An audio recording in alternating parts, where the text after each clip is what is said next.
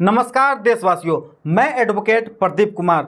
देश में आज नए कानून लागू हो चुके हैं। 76 साल पहले देश आज़ाद हुआ था, लेकिन अब तक देश में वही पुराने कानून चल रहे थे और आज से देश में 3 नए कानून लागू कर दिए गए हैं, जिसे आप भारतीय दंड संहिता के नाम से जानते हैं। अब वह समाप्त हो चुका है। उसकी जगह आज से भारतीय न्याय संहिता लागू कर दी गई है। अब देश की अदालत में आईपीसी नहीं बल्कि बीएनएस की जिक्र होगी। आईपीसी इतने सालों से भारतीय जनता जानती आ रही थी, लेकिन अब आईपीसी की जगह पुलिस आज से बीएनएस के तहत एफआईआर दर्ज करेगी। पुराना कानून और नया कानून क्या है, अब जान लेते हैं। 11 अगस्त 2023 को देश के गृह मंत्री अमित शाह ने लोकसभा में 3 नए क्रिमिनल लॉ बिल पेश किए। तेरा बदलाव है मान्यवर, और मैं इतना कह सकता हूं कि हमारी न्यायिक दंड प्रक्रिया क्रिमिनल जस्टिस सिस्टम के अंदर आमूलचूल परिवर्तन होगा और सबको ज्यादा से ज्यादा 3 साल के अंदर न्याय मान्यवर। इसमें पुलिस अधिकारियों को भी जवाबदेह किया है, वकीलों को भी जवाबदेह किया है और न्याय करने वाले के लिए भी मर्यादाएं रखी।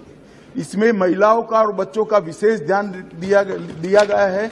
अपराधियों को सजा हो, इसकी चिंता की गई है। Bill IPC Indian penal code की जगह Bharatiya Nyaya Sanhita 2023 CrPC criminal procedure code के स्थान पर भारतीय नागरिक सुरक्षा संहिता 2023 और इंडियन एविडेंस एक्ट की जगह भारतीय साक्ष्य अधिनियम 2023 महिलाओं के लिए प्रावधान, महिलाओं और बच्चों के खिलाफ अपराधों पर एक नया अध्याय जोड़ा गया है। किसी बच्चे को खरीदना और बेचना जघन्य अपराध बना दिया गया है और किसी नाबालिग से सामूहिक दुष्कर्म करने के लिए मृत्युदंड या उम्र कैद का प्रावधान जोड़ा गया है।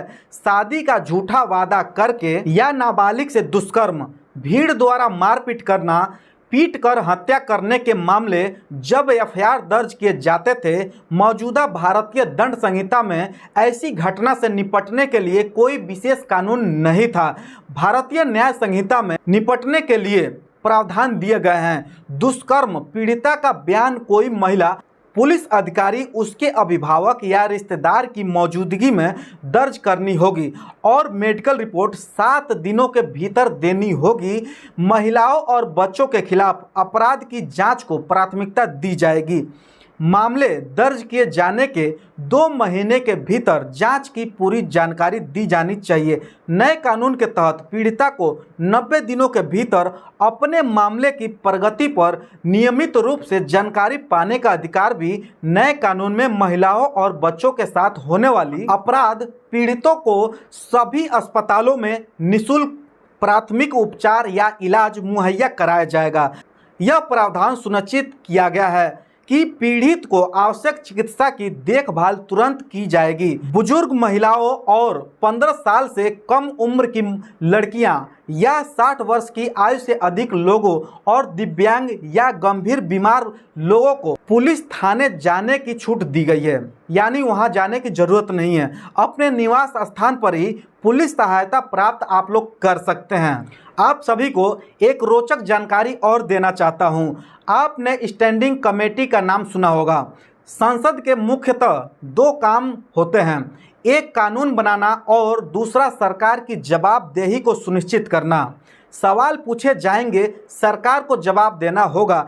इन दोनों कामों में सहयोग प्रदान करते हैं कई कमेटी, जैसे फाइनेंशियल कमेटी है। यह स्टैंड कमेटी संसद को बजट नियंत्रक एवं महालेखा परीक्षक क्योंकि रिपोर्ट वगैरह को समझने में मदद करती है। इसके अलावा 24 डिपार्टमेंट कमेटी भी है।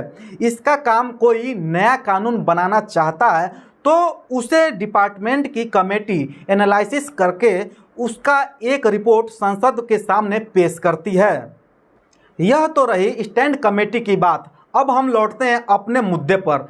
3 क्रिमिनल बिल का अध्याय करने के बाद इस कमेटी ने नवंबर 2023 में संसद में रिपोर्ट पेश की। उसके बाद 12 दिसंबर को सरकार पुराने बिल को वापस लिया और नए बिल पेश किए। दोनों सदनों से पारित हुए 25 दिसंबर 2023 को राष्ट्रपति द्रौपदी मुर्मू ने इन दोनों पर दस्तखत भी कर दिए। इसके बाद ही बन गए नए कानून, लेकिन इसके लागू होने की तारीख 1 जुलाई 2024 रखी गई थी और आज वह ऐतिहासिक दिन आ गया है जब बीएनएस कानून लागू हो चुका है पूरी तरह से।